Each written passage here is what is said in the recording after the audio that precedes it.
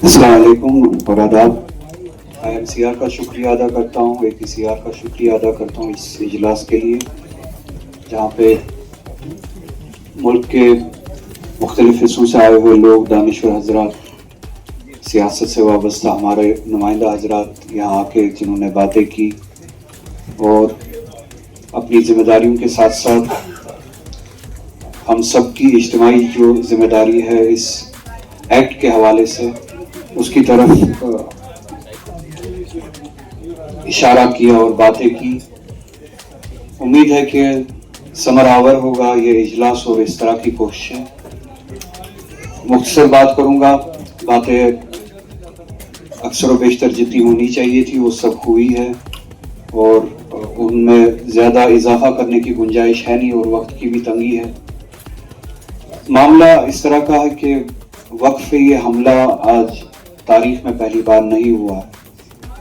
वक्फ अव्वल खुदावंद ताला का घर खाने खुदा काबतुल्लाह, अगर तारीख की तरफ तवज्जो की जाए तो एक मगरूर हाकिम की मिसाल मिलती है जिसने मगरूर होके इसी तरह वक्फ पे हमला किया था। अब्राह नाम के हाकिम मगरूर हाकिम की मिसाल है, कुरान में भी है, तारीख में भी है। इसी तरह से मदमस्त मगरूर हाथी लेके आया था और काबे पे हमला करने के इरादे से आया था, लश्करें लेके आया, हाथी लेके आया। हजरत अब्दुल मुतल्लिब जो मुतवल्ली थे, जब उनने सुना कि ये मगरूर, ये हाकिम, ये लश्करी लेके आया है, हाथी लेके आया है और खिमजन है एक जगह, तो उनके पास गए और कहा कि मिलना है, अब्राह से मिलना है। अब्राह को लगा मैं सिर्फ यादावरी कर रहा हूँ, आप सभी को पता है इस वाक़े के बारे में। अब अब्राह को लगा कि ये आया होगा मुझसे मिन्नतें करने काबे के बारे में, काबे को छोड़ो या इस पे हमला ना करो, इस पे कब्जा ना करो। तो कहा बुलाए। तो जब बुलाया गया अब्राह के पास, हज़रत अब्दुल मुतल्लिब ने फरमाया, कहा कि मैं अपनी एक बात कहने आया था। तो कहा कि हाँ, काबे के बारे में बात लेके आए होगे ये कहने के लिए कि काबे को छोड़ो। तो हजरत ने फरमाया काबे की बात करने आया नहीं हूँ, काबा खुदा की प्रॉपर्टी है, अल्लाह ताला की प्रॉपर्टी है, वो जाने और उसकी प्रॉपर्टी जाने, वो देख लेंगे। उसको बचाने वाला उसका मालिक है। मैं मालिक हूं 200 ऊंटों का, मेरी प्रॉपर्टी है 200 ऊंट। मैं अपनी प्रॉपर्टी के लिए आया, अपने माल के लिए आया। तुम्हारी लश्करियों ने मेरे वो ऊंट चुरा लिए जो तुम्हारे लश्कर के पास है, मेरे वो ऊंट वापस कर दो, मैं अपनी प्रॉपर्टी उठा के चल लेता हूं यहां से। रही काबा की बात, अल्लाह जाने और तुम जाने। पार्लियामेंट में जब ये बहस हो रही थी, मुझे बात करने का मौका मिला नहीं, क्योंकि हम 2 अफराद पे मुश्तमिल पार्टी है, छोटी सी पार्टी है। मेरे फ्लोर लीडर ने तब वहां पे बात की और फिर मुझे वक्त दिया नहीं गया। पार्लियामेंट में जो मैंने बातें सुनी, मैं इसी सारे मंजर की अक्कासी कर रहा था अपने जहन में। और जब हजरत अब्दुल मुतल्लिब अपनी प्रॉपर्टी लेके उठे तो अल्लाह ताला ने अपने वक्फ या अपने खाने खुदा के काबे की हिफाजत का इंतजाम खुद किया। अब्राहा मगरूर हाथी लेके आया था, खुदावंद ताला ने एक छोटी सी जात, अबाबील, चिड़िया जैसी जात, छोटी सी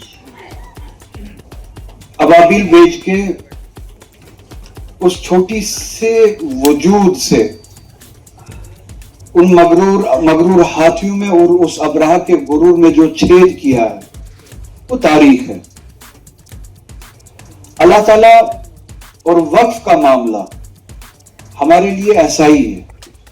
ये मुसलमानों की अपनी न जायदाद है, न जागीर है, न अपना माल है। ये वक्फ खुदा है, ये हमने खुदावंद ताला के नाम पे वक्फ किया है, जिससे भी किया। ये प्रॉपर्टी है अल्लाह ताला की, माल है अल्लाह ताला का। اس کی حفاظت کرنا اللہ تعالیٰ کا کام ہے اور مجھے اس پہ پورا یقین ہے، قرآن شاہد ہے کہ اس کی حفاظت ہو جائے گی۔